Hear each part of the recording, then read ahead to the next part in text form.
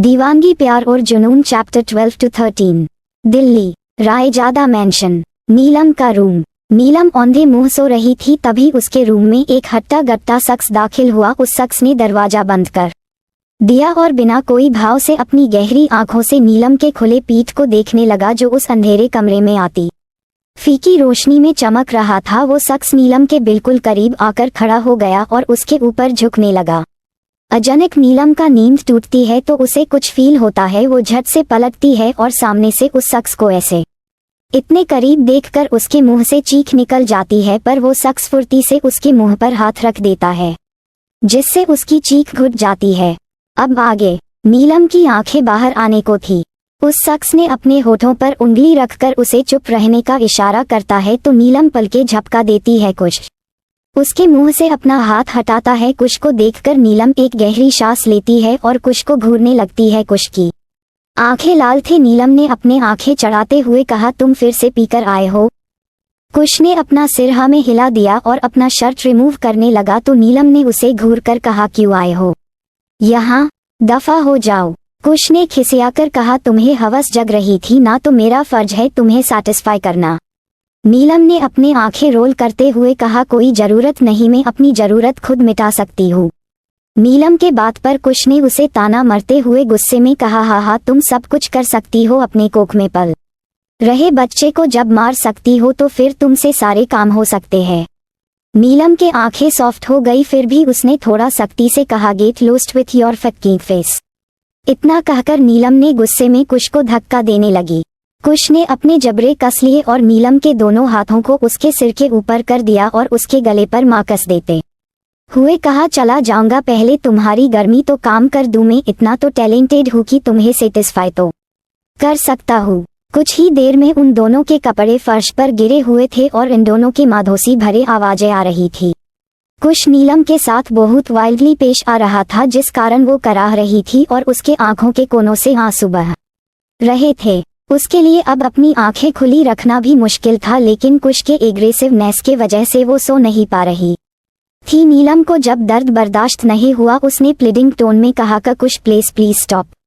पर कुश ने उसके बातों का कोई जवाब नहीं दिया और उसके साथ और भी वाइल्डली पेश आने लगा। करीब 3 घंटे बाद वो उससे अलग होता है और नीलम को टकटकी लगाकर देखने लगता है, जिसके पूरे बदन पर तरह तरह के निशान थे। कुश के फेस पर एक डेविल स्मग था।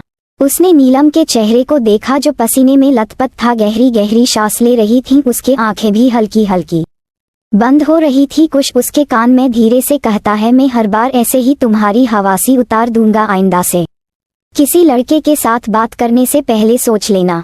कुश के बात पर नीलम के आंखें नम हो गई, लेकिन वो दर्द के कारण कुछ ना कह सकी।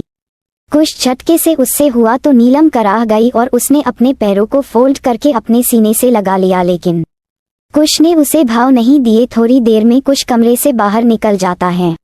नीलम अभी भी वैसे ही सिमट कर सोई थी, उसके आंखों से आंसू बह रहे थे। उसने हाथ बढ़ाकर चादर लिया और सिर तक ओढ़ लिया। धीरे धीरे उसके आंखों के सामने अंधेरा छा गया। वही दूसरी तरफ शॉपिंग मॉल। धीराज और अर्शी शॉपिंग पर गए थे। अर्शी एक एक करके ड्रेस ट्राई कर रही थी और धीराज को देखा रही थी। अर्शी एक ब्लैक स्लीवलेस क्रॉप टॉप और एक जीन्स पहनकर बाहर आती है, जिसमें वो बहुत हॉट लग रही थी और धीराज को दिखाती है तो धीराज पूरी तरह से अपना सिर ना में हिला देता है। अर्शी थोड़ी देर बाद एक वाइट फ्रॉक पहनकर बाहर आती है, जिसमें वो बहुत प्यारी लग रही थी और उसके गोरे तन उसमें बहुत खूबसूरत लग रहे थे और उसका गला दीप था। शिराज फिर से अपना सिर ना में हिला देता है। अर्शी फिर से एक अपर नी लेंथ ब्लू स्कर्ट और एक स्लीवलेस रेड टॉप में बाहर आती है, जिसमें वो बहुत टेम्पटिंग लग रही थी। धीराज इसे भी नकार देता है। यही सिलसिला पिछले आधे घंटे से चल रहा था। अर्शी ने लगभग 20 ड्रेसेस ट्राई कर लिया था। उसने आखिरी ड्रेस पहनते हुए खुद से बड़बड़ाया, ये जलनखोर आदमी अब मुझे ऐसे कपड़े नहीं पहनने देगा। आखिरी ड्रेस पहनकर वो वापस आई। ये एक full sleeve violet T shirt था और एक ब्लैक डेनिम जीन्स था। धीराज ने एक बिग स्माइल के साथ कहा, now you are looking beautiful. थोड़ी देर बाद दोनों वापस आ गए। वो लोग कैफेटेरिया में आ गए और एक टेबल पर बैठ गए। धीराज ने उन दोनों के लिए अर्शी का फेवरेट चॉकलेट मोका और चीज चिकन पिज्जा ऑर्डर किया और अपने लिए एक एस्प्रेसो और एक ग्रिल्ड चिकन सैलड ऑर्डर कर दिया। अर्शी का मूड उखड़ा था, जिसे समझते हुए धीराज ने टेबल पर रखे अर्शी के हाथ को पकड़ लिया तो अर्शी ने उसका हाथ झटक दिया। धीराज ने फिर से उसके हाथ को पकड़ लिया और अंगूठे से उसके हाथ को सहलाने लगा और कहा, अरु क्या हुआ, कुछ चाहिए? अर्शी ने खिसियाकर कहा, तुम ना अपना मुंह बंद रखो। इतना कहकर उसने मुंह फुला लिया। धीराज ने उसके तेवर देखते हुए कहा, अरु अगर तुम्हें झगड़ा करना है तो करो, लेकिन मैं तुमसे बात तो करूंगा ही। अर्शी ने फिर से खिसियाकर कहा, नहीं मुझे झगड़ा नहीं करना, एक बात कहो। हाँ बोलो ना, धीराज ने जल्दी से कहा। उन कपड़ों में क्या मैं किसी चुड़ैल की तरह लग रही थी? अर्शी ने एक आईब्रो उचकाकर पूछा। धीराज ने अपना सिर खुजलाकर कहा, नहीं ऐसी बात नहीं है, मुझे मंजूर नहीं कोई मेरे हक के चीज को देखे। अर्शी ने दांत पीसकर कहा, जलनखोर इंसान। धीराज उसे कुछ कहता उससे पहले ही वह वेटर आ गया और उसने खाना सर्व कर दिया।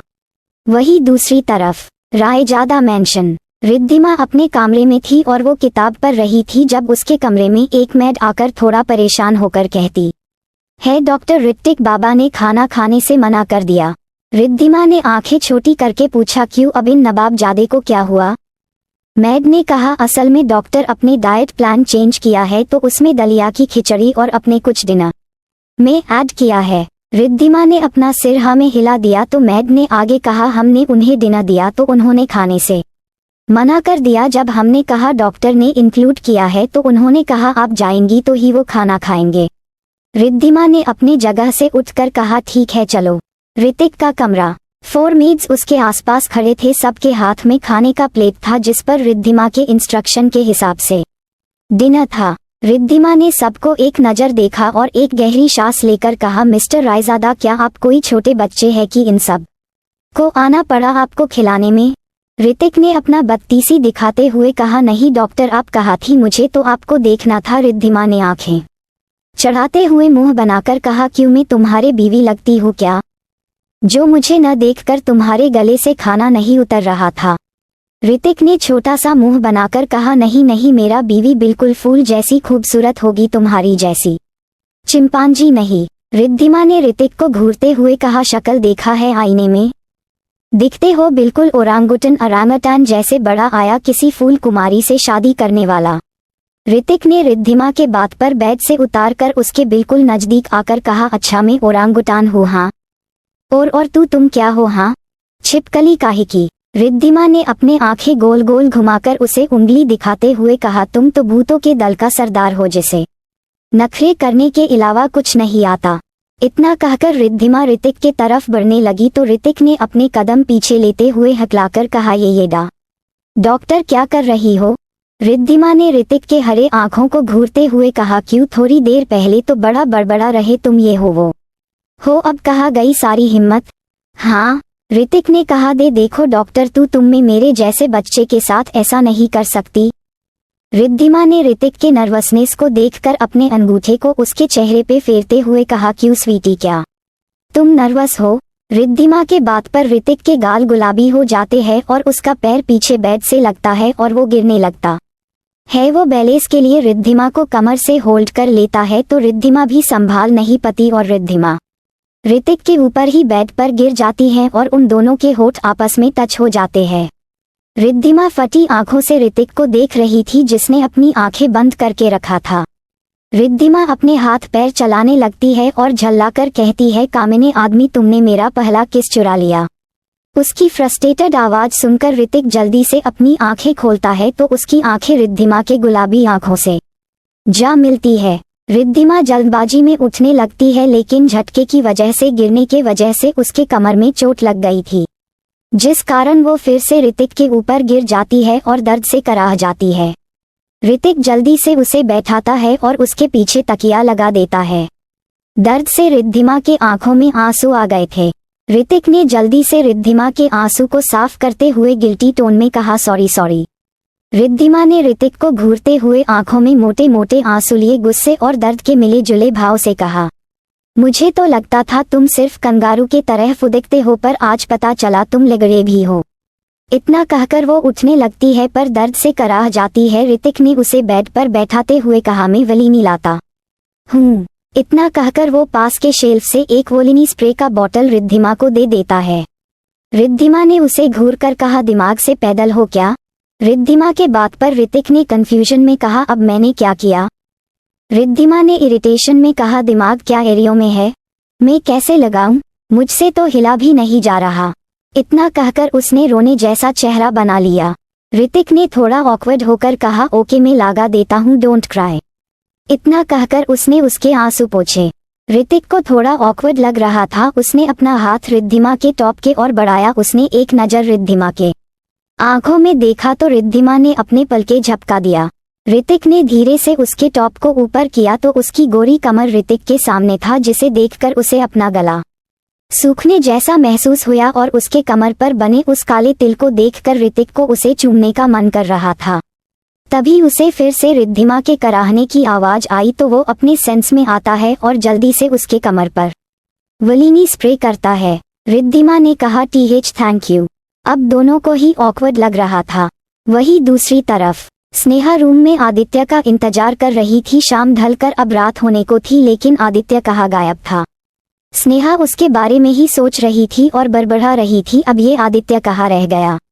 उसे भूख लगती है तो वो नीचे आती है तो देखती है सुधा जी सर्वेंट्स को इंस्ट्रक्शन दे रही है तो वो पीछे से जाकर उनके गले लग गई और उनके कंधे पर अपनी सिर रख दिया। सुधा जी को समझने में देरी नहीं हुआ ये कौन है। उन्होंने उसके सिर को थपथपा कर मुस्कुराते हुए कहा, क्या हुआ गुड़िया?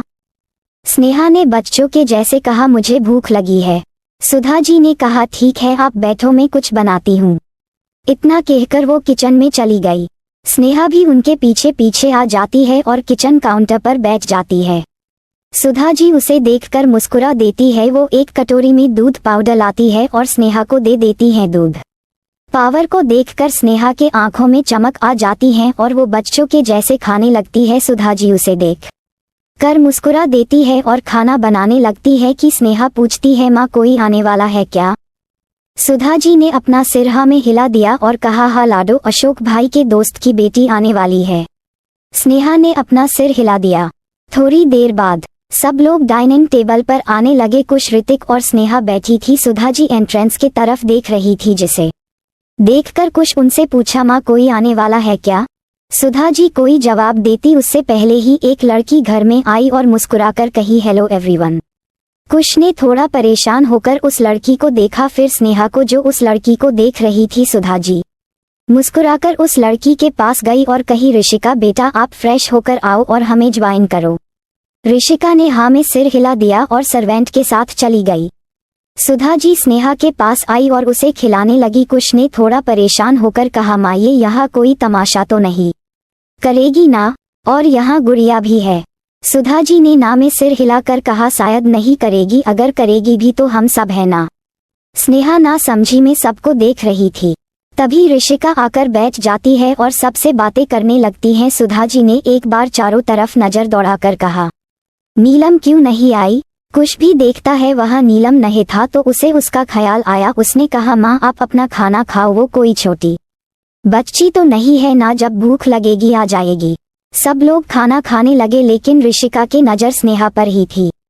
कुछ देर बाद ऋतिक हाथ में एक बाउल नूडल्स पकड़े कमरे में आता है तो देखता है रिद्धिमा हेडरेस्ट से टेक लगाकर बैठी थी और उसके आंखें बंद थे। ऋतिक ने रिद्धिमा को बुलाया तो रिद्धिमा ने कोई जवाब नहीं दिया। ऋतिक उसके कंधे को पकड़कर हिलाता है तो रिद्धिमा नींद में ही बुदबुदाती है, अरे यार सोने दो ना, अभी तो सुबह हो जाएगी और मुझे उस सड़े हुए केले के छिलके के पास जाकर उसका चेकअप करना पड़ेगा। ऋतिक ने दांत पीसकर कहा, जाहिल औरत, मैं इसके लिए पसीना बहा के खाना बना रहा हूँ और ये मोटी भैंस की तरह सो रही है और मुझे गली दे रही है। ऋतिक ने उसे जगाने की कोशिश किया लेकिन रिद्धिमा नहीं जाग रही थी। ऋतिक इधर उधर देखता है तो उसे एक प्लास्टिक बैग दिखता है, जिसे देखकर उसके आंखों में चमक आ जाता है। ऋतिक जल्दी से उस कटोरी को नाइट स्टैंड पर रखता है और उस बैग को ले लेता है और उसमें हवा भरता है और एक छोटा बलून बनाता है और रिद्धिमा के कान के पास जाकर उसे जोर से फोड़ता है, जिसकी आवाज से रिद्धिमा चौंक के उठ जाती है और गहरी गहरी सांस लेने लगती है। तभी उसे ऋतिक के हंसने की आवाज आती है। रिद्धिमा उसे गली देते हुए कहती है, बकलोल इंसान, अभी में बहरी हो जाती। ऋतिक ने कहा, तुम ही भैंस के जैसे सो रही थी और मैं तुम्हारा पायटेंट होकर भी तुम्हारे लिए पसीना बहा के खाना बना रहा हूँ। रिद्धिमा ने ऋतिक के बात पर मुंह बना लिया और आंखें बंद करके फर्श सोते हुए बोली, खिलाना है तो खिलाओ, नहीं तो मैं चली सोने। ऋतिक उसे देखकर अपना सिर ना में हिला देता है और एक गहरी सांस लेकर उसे खाना खिलाने लगता है। नीलम का कमरा। कुश कमरे में आता है तो देखता है नीलम अभी भी सो रही थी। कुश एक गहरी सांस लेता है और आगे बढ़ जाता है। कुश झटके से नीलम के ऊपर से कंबल खींच लेता है तो नीलम हड़बड़ाकर उठ जाती है। कुश ने अपने चेहरे पर फिर से रूडनेस लाते हुए कहा, मिसेस रायजादा मुझे गंदगी पसंद नहीं, go and take shower and eat your food. Neelam एक नज़र कुश को देखती है और अपने ऊपर चादर लपेटकर बेड से खड़ा होने जाती है, लेकिन उसके पैरों में बहुत दर्द हो रहा था। कुश ने एक नज़र नीलम को देखा और कहा, यहाँ खाना और पेन किलर के साथ बर्थ कंट्रोल पिल भी है, खा लेना। मैं बर्थ कंट्रोल नहीं लेने वाली, नीलम ने धीरे से कहा। कुश ने अपने गुस्से को दबाकर नीलम को कटाक्षी करके कहा, मुझे तुम जैसे घटिया औरत से बच्चे नहीं चाहिए, क्या पता तुम फिर से उस मासूम की जान ले लो। कुश के बाद से नीलम का चेहरा गुस्से में तमतमा गया और उसने चीखकर कहा, कुश डोंट से दैट रिपीटेडली। कुश उसके पास जमीन पर एड़ियों के बाल बैठ गया और उसके बालों को मुट्ठी में भरकर एक एक शब्द चबाते हुए कहा, Mrs Raizada don't shout or else I will fuck you until you lose your ability to walk. इतना कहकर उसने उसे झटके से छोड़ा और उठकर वहां से चला गया। नीलम उसे देखने लगी जब तक वो उसके आंखों से ओझल नहीं हो गया। नीलम के आंखों से बेतहसा आंसू बह रहे थे। वहीं दूसरी तरफ एक खंडहर में आदित्य एक कुर्सी पर राजा के तरह बैठा था और उसके सामने एक आदमी लटक रहा था। उसके दोनों हाथ ऊपर के तरफ बंधे थे और पैर हवा में लटक रहा था। उसके शरीर में बहुत सारे चोट थे जिससे खून बह रहा था। आदित्य ने अपने हाथ में ग्लव्स पहना। उसने एक बॉडीगार्ड को कुछ इशारा किया तो उसने एक बड़ा नमक का डिब्बा उसके सामने बढ़ा दिया। आदित्य ने उस डिब्बे से अपनी मुट्ठी में नमक भर लिया और उस शख्स के घाव पर रगड़ने लगा तो वो शख्स दर्द में चीखने लगा। आदित्य ने अपनी नीली आंखों से उस शख्स को घूरते हुए गुस्से में कहा, चीख और जोर से चीख। उस दिन वो भी चिल्ला रही थी, गिरा रही थी, लेकिन तूने नहीं सुना था ना, अब तेरी बारी। इतना कहकर आदित्य उसके घाव पर और जोर से नमक रगड़ने लगता है। हाँ, ये विक्रम है जिसे आदित्य टॉर्चर कर रहा था। विक्रम के मुंह से सिर्फ दर्दनायक चीख निकल रहा था। आदित्य ने एक बॉडीगार्ड को कुछ इशारा किया तो वो लोग विक्रम पर गर्म पानी फेंकने लगे। वहां पर सिर्फ विक्रम के चीखने चिल्लाने की आवाज आ रहा था। वहां का मंजर इतना भयानक था कि कोई नॉर्मल इंसान आता तो वो बेहोश हो जाता, लेकिन ये सब तो आदित्य और उसके वेल ट्रेन्ड बॉडीगार्ड्स के लिए नया नहीं था। आदित्य के कपड़ों में खून के धब्बे थे और चेहरे पर भी खून था। उसने ग्लव्स उतारकर अपने हाथ साफ करते हुए कहा, ये जिंदा रहना चाहिए। इतना कहकर वो वहां से निकल गया। थोड़ी देर बाद आदित्य का कर मैंशन में आता है और वो आउट हाउस में चला जाता है और बिल्कुल फ्रेश होकर आता है। वो एक ग्लास में एक स्मूदी डालता है फ्रिज से निकलकर और उसे पीते पीते मैंशन में एंटर होता है। काफी रात हो गई थी, इसीलिए वहां पर कोई नहीं था, इसीलिए वो कमरे के तरफ चला जाता है। आदित्य जब कमरे में पहुंचता है तो देखता है स्नेहा काउच पर बैठे पड़ रही थी। आदित्य कमरे में आकर दरवाजा लॉक कर देता है तो स्नेहा का ध्यान उस पर जाता है। उसने कहा, कहाँ थे आप? आदित्य ने स्मूदी को खत्म करते हुए कहा, एक इमरजेंसी था, वाराणसी के ब्रांच में वही गया था। स्नेहा ने हाँ में अपना सिर हिला दिया और कहा, डिनर किया? आदित्य ने अपना सिर हाँ में हिला दिया तो स्नेहा उसे एक आईब्रो चढ़ाकर घूरने लगी। आदित्य को जब उसकी घूरती नजर महसूस हुआ तो उसने कहा, क्या हुआ? स्नेहा ने काउच से खड़ा होकर कहा, मैं किचन में हूँ, आप भी आ जाओ। इतना कहकर वो बाहर जाने लगी तो आदित्य ने उसे रोकते हुए कहा, मैंने खाना खाया है, चलो सोते हैं। स्नेहा ने आदित्य को घूरते हुए कहा, चुपचाप नीचे आइए और खाना खाए, नहीं तो घर वाले सोचेंगे बीवी कुछ खिलाती नहीं। आदित्य ने स्नेहा के बात पर शैतानी मुस्कान के साथ कहा, ये तो सच है, मेरी बीवी खाने में बहुत अच्छी है, लेकिन अगर पीने को मिल जाए तो मजा आ जाएगा। स्नेहा आदित्य को न समझी में देखती है और कहती है, क्या मतलब, मैं आपको कुछ पीने नहीं देती? आदित्य ने शरारत से उसे देखकर कहा, हाँ पीने देना तो दूर, मैंने तो अभी तक चखा भी नहीं। इतना कहकर आदित्य छोटा सा मुंह बनाता है, लेकिन उसके होठों पर एक स्मर्क था और वो अपने दोनों हाथों में स्ट्रेस बाल दबाने का एक्टिंग करता है। अब जाकर आदित्य की डबल मीनिंग बातें स्नेहा को समझ आती है और उसका चेहरा कश्मीरी सेब के जैसे लाल हो जाता है। वो जल्दी से बाहर जाने लगती है और कहती है मैं खाना लगा रही हूँ, आ जाना। इतना कहकर वो वहां से चली जाती है। आदित्य उसके एक्शंस पर हंस देता है। थोड़ी देर बाद आदित्य नीचे आता है तो देखता है स्नेहा खाना लगा रही थी। उसने दाल तड़का और बादाम पुलाव बनाया था। आदित्य खाने के लिए बैठ जाता है और स्नेहा को भी खींच के अपने गोद में बिठा लेता है तो स्नेहा ने कहा, मेरा खाना हो गया है। आदित्य ने बच्चों जैसे जिद करते हुए कहा, तुम भी खाओ, नहीं तो मैं भी नहीं खाने वाला। स्नेहा को मजबूरन बैठना पड़ता है। आदित्य उसे एक निवाला खिलाता है और खुद भी एक ही प्लेट से खाने लगता है। थोड़ी देर बाद दोनों का खाना हो गया था। आदित्य ने हाथ साफ कर रहा था। स्नेहा उसके पास खड़ी थी। स्नेहा ने अपना हाथ आदित्य के आगे बढ़ाकर कहा, मेरा रिवार्ड। आदित्य ने एक नज़र स्नेहा के हाथ को देखा और एक नज़र उसके चेहरे को। स्नेहा का चेहरा पीले रोशनी में चमक रहा था। आदित्य को उसे देखकर अपना गला सूखने जैसा महसूस हुआ। वही स्नेहा आदित्य को ही देख रही थी और दूसरे ही पाल वो हवा में थी। आदित्य ने उसे उसके कमर से पकड़कर टेबल पर बैठा दिया और दूसरे ही पाल उसके नर्म गुलाबी होठों पर चूमने लगा। स्नेहा के हाथ ऑटोमेटिकली आदित्य के बालों में चले गए। आदित्य का एक स्नेहा के कमर पर था और दूसरा हाथ उसके के सीने पर चल रहा था। स्नेहा भी उसके किस का रिस्पॉन्स कर रही थी। आदित्य उसके सीने को दबाने लगता है तो वो उसके मुंह में ही मौन करने लगती है। 15 मिनट के डिप पैशनेट किस के बाद आदित्य उसे छोड़ता है तो वो गहरी गहरी सांस ले रही थी। उसके होठ लाल हो गए थे और चमक रहे थे। उसके गाल गुलाबी हो गए थे। आदित्य के हाथ अभी भी अपने काम में मसरूफ थे जिससे वो आहें भर रही थी। आदित्य ने स्नेहा के झुकी नज़र को देखा और उसके चेहरे को देखा तो उसे उस पर बहुत प्यार आया। उसने उसके चीन को पकड़कर ऊपर किया और उसके लाल गालों को चूम लिया और उसके नशीले आंखों में देखने लगा। दोनों एक दूसरे में खोए हुए थे पर दोनों को पता नहीं था कि पर्दे के पीछे से दोनों को ही देख रहा है। ऋषिका जो पर्दे के पीछे से दोनों को देखकर आग बाबुला हो रही थी, उसने दांत पीसकर कहा, यू बिच, तुमने मुझसे मेरे आदित्य को छीन लिया। इतना कहकर वो पर्दे को मुट्ठी में भर लेती हैं। उसके ऐसा करने से पास के टेबल पर रखा वास टूट जाता है और उसकी आवाज वहां गूंज उठती है जिससे आदित्य और स्नेहा दोनों की ध्यान भटकता है और दोनों उस तरफ देखने लगते हैं। आदित्य स्नेहा को छोड़ कर उधर जाता है तो वहां कोई नहीं था। स्नेहा जो आदित्य के पीछे आई थी, उसने जब ये देखा तो उसने कहा, शायद बिल्ली होगी। आदित्य ने अपना सिर हाँ में हिला दिया पर उसकी नज़र चारों तरफ था। आदित्य ने उसे अपने गोद में उठा लिया और कहा, ठीक है चलो हम सोते हैं। स्नेहा ने अपना सिर हाँ में हिला दिया। वो दोनों कमरे में चले गए। ऐसे ही रात गुजार गई। ऋषिका को शायद आप लोगों को याद है, ऋषिका के रिश्ते को लेकर आए थे ऋषिका के घर वाले आदित्य के लिए और उसके बाद ही सबको पता चला आदित्य की शादी हो गई है। सारे घर वाले आज वापस आने वाले थे, इसीलिए आज घर में बहुत चहल पहल थी। सुधा जी अकेले सब कुछ संभाल रही थी। वो नीचे नाश्ते की तैयारी कर रही थी, तभी पीछे से कोई उन्हें गले लगा लेता है। उन्होंने बिना पीछे मुड़े ही मुस्कुराकर कहा, नीलम बेटा गुड मॉर्निंग। नीलम ने सुधा जी के कंधे पर अपना चेहरा रहते हुए अलसाए आवाज में कहा, गुड मॉर्निंग आंटी।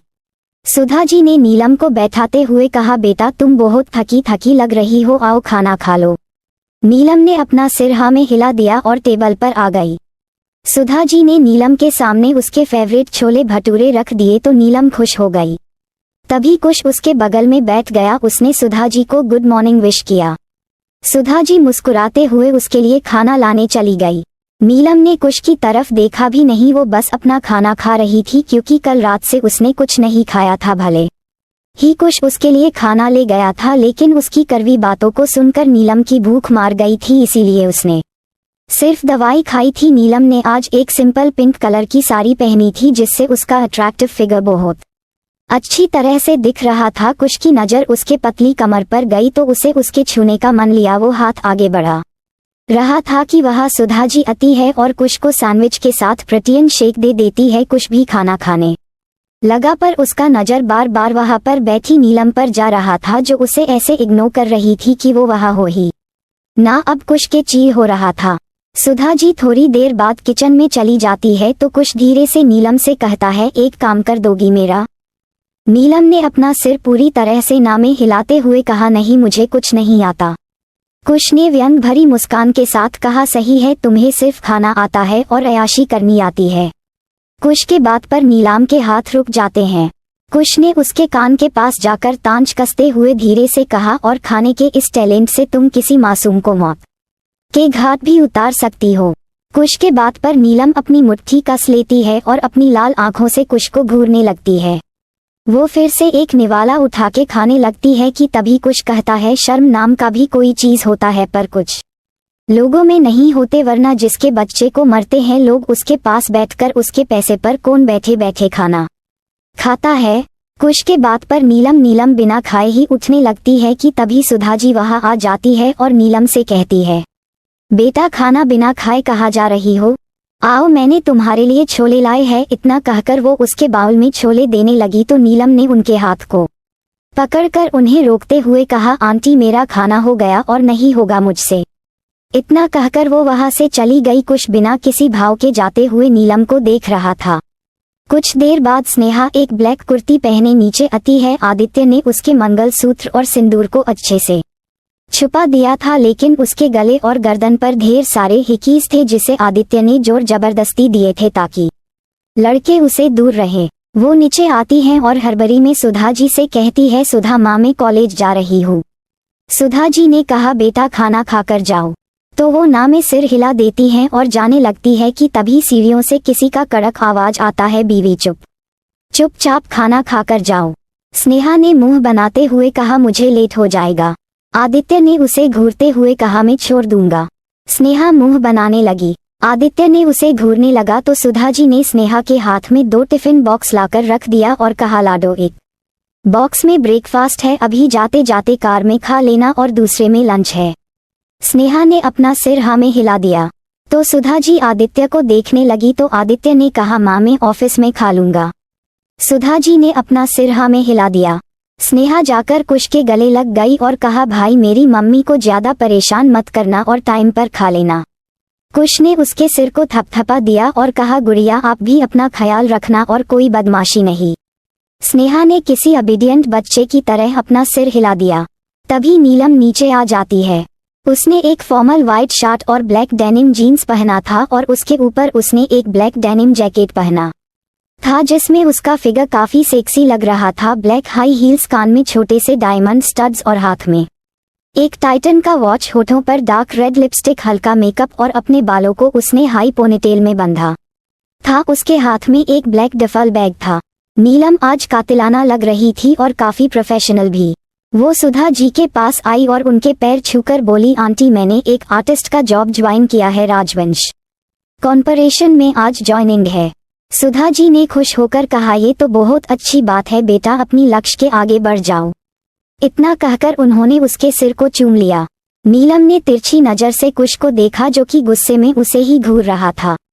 स्नेहा ने नीलम को साइड हग देते हुए कहा, वाह कॉन्ग्रेचुलेशंस दीदी। नीलम ने भी मुस्कुराकर कहा, थैंक यू। आदित्य भी कहा, कॉन्ग्रेचुलेशंस नीलम, तुम ड्राइवर को लेकर ही जाना।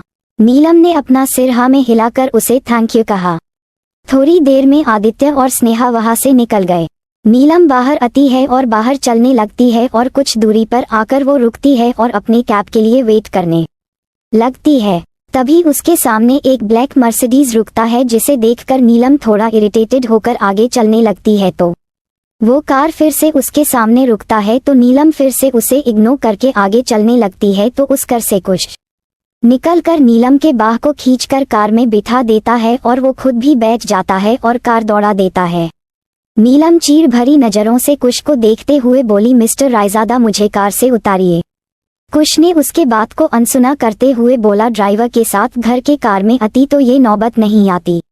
नीलम ने उसे घूरते हुए बोला, मुझे किसी के ताने बर्दाश्त नहीं और मैं इंडिपेंडेंट हूँ, मैं जो चाहे वो कर सकती हूँ। कुश ने उसे ताना मारते हुए कहा, हाँ इसीलिए ही तो तुम अयाशी करती हो और बच्चा गिराती रहती हो।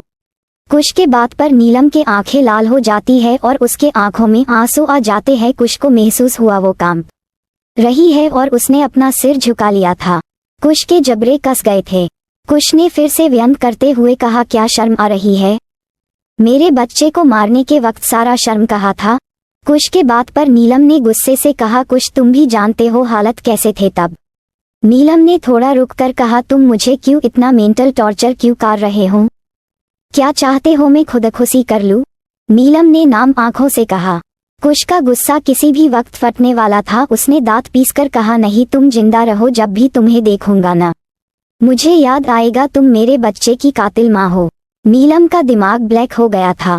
थोड़ी देर में उनकी कार एक बड़ी से बिल्डिंग के आगे रुकता है जहां बड़े बड़े अक्षरों में लिखा था राजवंश कॉर्पोरेशन। नीलम कार से उतरने लगती है तो कुश उसके हाथ पकड़कर कोल्ड वॉइस में कहता है, यहाँ पर अगर किसी को अपने इस रूप के जाल में फंसाने को कोशिश किया ना तो याद रखना मैं क्या हसार करूंगा तुम्हारा। इतना कहकर कुश एक डेविल मुस्कान के साथ नीलम को ऊपर से नीचे तक देखता है। नीलम ने अपना हाथ झटके से छुड़ाकर कहा, गो टू हेल। इतना कहकर वो अंदर चली गई। कुश भी असर अंपार के लिए निकल गया। Radhe Radhe. Follow for next part. Bye bye.